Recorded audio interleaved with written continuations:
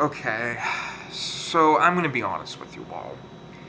My original plan was to release 2 new episodes of The Couch, and they were going to be exceptional. But there seems to be something going on with my editing software, and for the life of me, I can't figure out what. It won't process anything that goes past 4 minutes that's been edited. So I thought maybe it's my Wi-Fi. Nope, doesn't seem to be my Wi-Fi. Maybe it's my computer. Nope, doesn't seem to be that. And then I thought, well, maybe it's something wrong with the editing software. And if that is the case, well, this show is going down the toilet. So I was going to not even release an episode for this week. But you know what? I finally decided I kind of like hanging out with you guys. I think you're cool.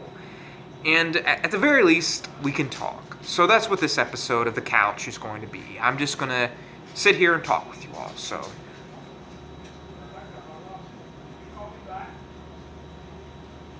Go ahead.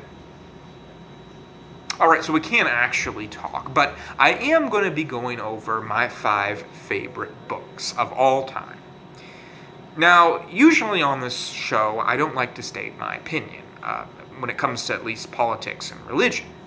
And the reason is because I don't know anything about those subjects. I don't know anything about politics, and I don't know anything about religion.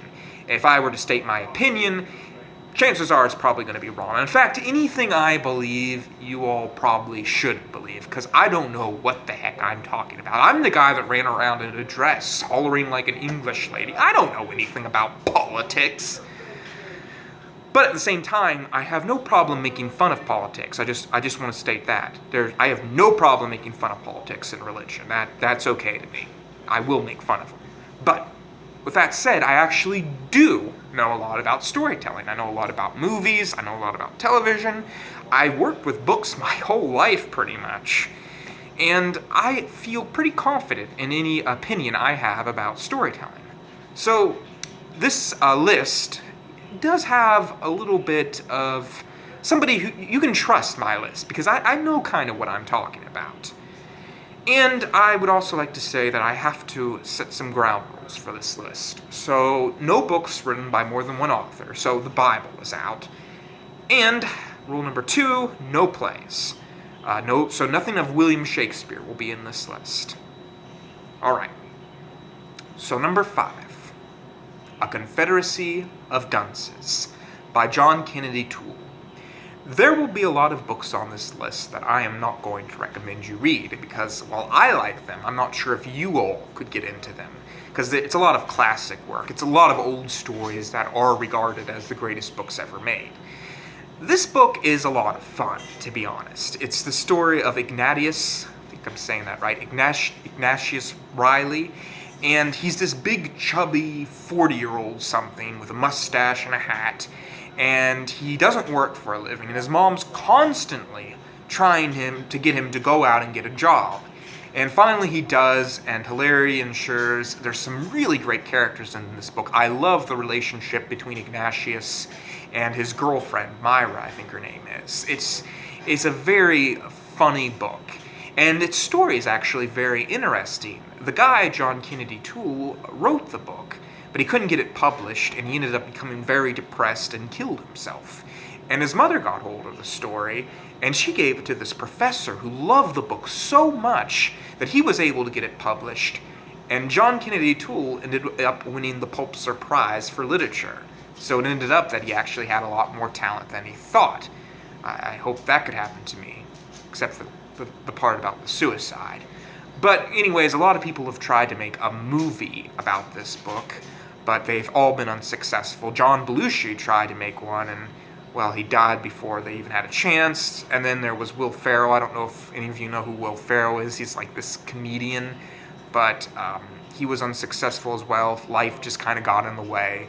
So the book has a reputation for being cursed. But it is a very good read. If you ever get the chance, please read it, because especially if you're in the comedy field, it is a great book to read and learn about character development and funny situations, you know. So, number 4. I hate to say this, but it's gonna be The Lord of the Rings. know why I hate to say it, because, in all honesty, I have no problem saying it. But yes, number 4 is The Lord of the Rings. It's a story by J.R.R. Tolkien about this hobbit by the name of Frodo, who goes on this great adventure to Mount Doom to destroy the Ring of Power created by Sauron. So anyways, when I first read this book, I didn't really like it. I didn't like how Gandalf dies, and didn't realize that he came back to life later in the book, and also didn't really like how we didn't get to meet Frodo and Sam after they all got separated. But having a chance to reread it, I have to admit I enjoyed it a lot more. It's a great adventure story, and it ended up spawning one of the greatest movie series of my life, certainly. And you know what? It deserves to be called one of the greatest books ever written. It really does. I really see why it is so loved. It might seem to have simple characters to it, but in all honesty, I got to admit they have more complexity than you might at first think. They have personality. They don't show it, and that's kind of honest to real life. So anyways, Lord of the Rings, I kind of grew up with it, so maybe I'm biased here, but it is my favorite book regardless. Nostalgia or whatever, it's still one of my favorite books. Number 3. David Copperfield by Charles Dickens.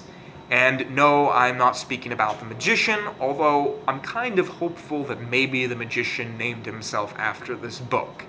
So David Copperfield is just basically the story of this guy's life by the name of David Copperfield.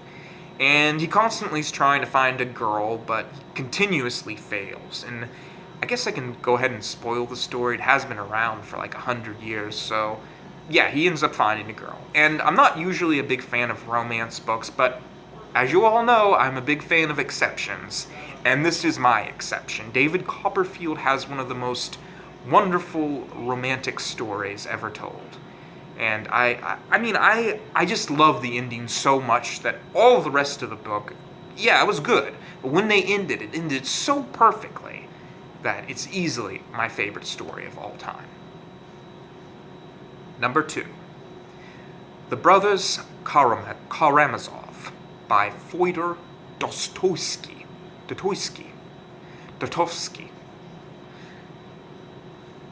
That's actually right. So, Dostoevsky. Yeah, that's right. Okay, I am pronouncing that right. Just trust me. I know you all won't think I am, but trust me.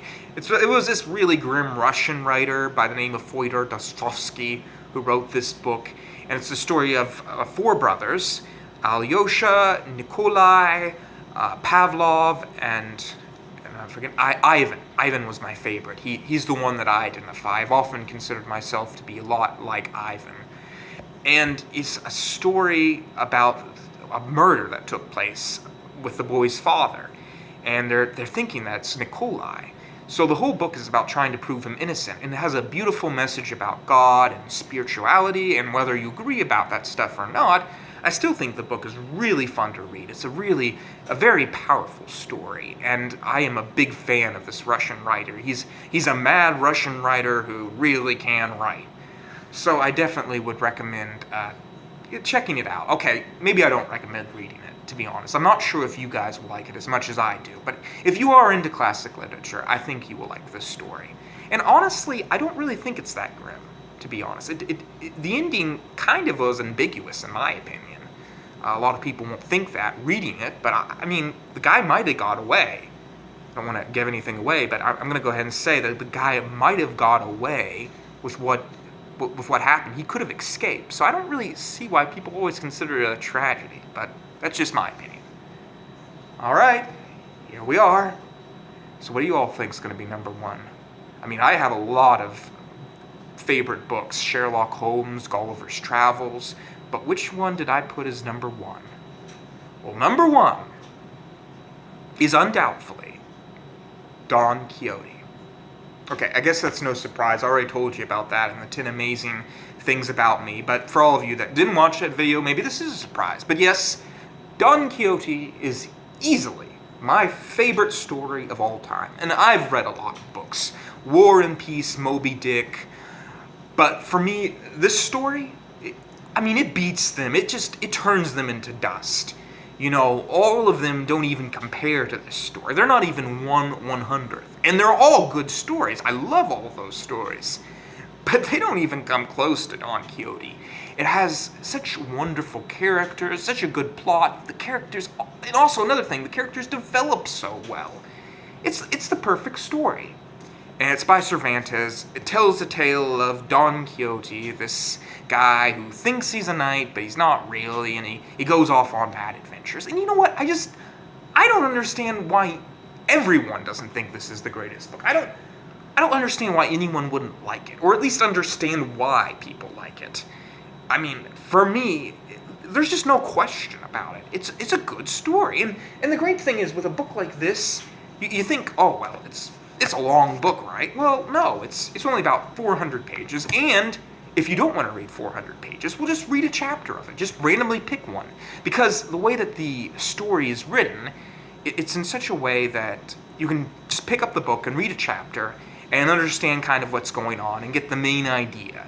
They're like individual fairy tales, sort of. Not exactly, there's a plot and everything in a story. It's just, that's what makes it so ingenious, how it's written. You can pick it up and read at any part and get into it. I mean, everything about this book is perfect, in my opinion.